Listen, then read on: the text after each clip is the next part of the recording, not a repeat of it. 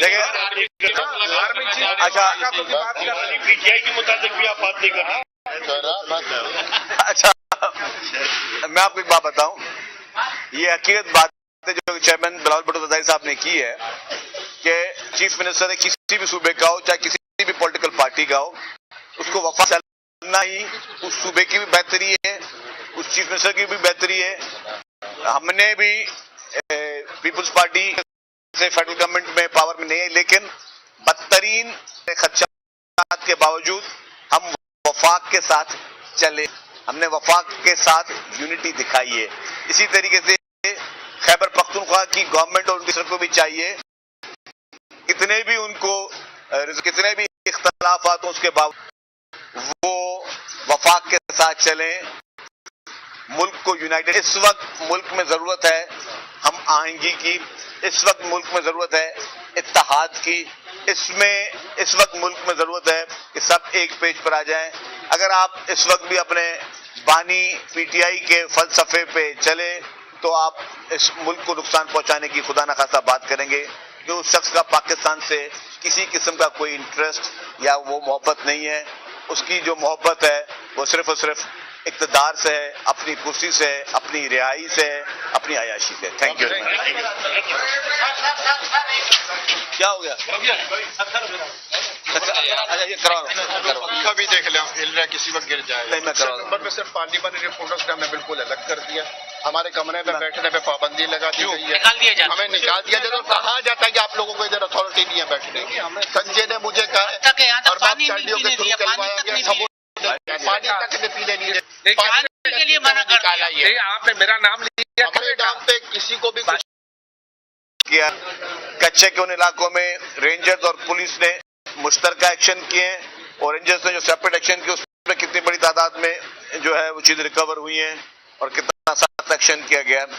तो ये Sindh police, rangers और एक्साइज तमाम महकमों ने अपने अपने जो है वो चीज़ें पाकिस्तान और मासूद ज़रदारी साहब को बताई।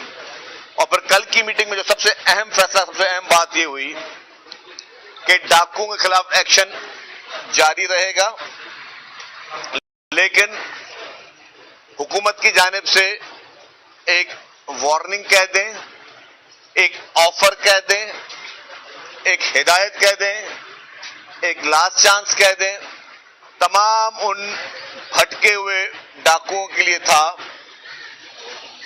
या जो वो क्रिमिनल लोग हैं। उसमें एक चीज वाज़ेह थी, मैं देखा कि कुछ लोगों ने उसको गलत निकाले। उन्होंने कहा कि जो लोग हीनियस क्राइम्स में मुलव्विस नहीं हैं, जो क्रिमिनल हीनियस क्राइम्स में मुलव्विस नहीं हैं, वो लोग सरेंडर करें, उनसे बातचीत हो सकती है। हथियार अपने वो सरेंडर करें, हथियार डालें हुकूमत के सामने और हुकूमत उनसे बातचीत कर सकती है, उनसे बातचीत हो सकती है। ये भी किया गया कि जो डाकू पकड़े गए हैं और जेल में हैं उनको भी मौका दिया जाए कि वो भी अपनी तौबा कर लें। इसी तरीके से ये भी कहा गया जो वहां पे कबायली झगड़े हैं उस पे मुफाहमती कमेटियां बनाई जाए जो उन कबायलियों को आपस में बिठाएं और उनकी लड़ाइयां और झगड़े और ये सारी चीजें उनकी वो खत्म की जाएं और उसके लिए उनके लिए मुफाहमत के लिए रूट्स निकाले जाएं, क्योंकि उन कबायली झगड़ों से बेशतर मासूम लोगों की जानें ज़ाय होती हैं। और ये भी फैसला किया गया कि कुछ लोग जो कि अभी कच्चे में डकैतियों की वारदातें कर रहे हैं, उन कुछ कबायली सरदारों को इंगेज किया जाए कि वो उनसे बात करें और वो उनको सही राह पे लाएं। हुकूमत चाहती ही ये है कि हर एक को बोला जाए कि जी आपने जो बुरे काम किए आप पहले उस बुरे काम से माफी मांगे, अपनी चीजें सरेंडर करें, फिर हुकूमत आपसे बातचीत के लिए तैयार होगी।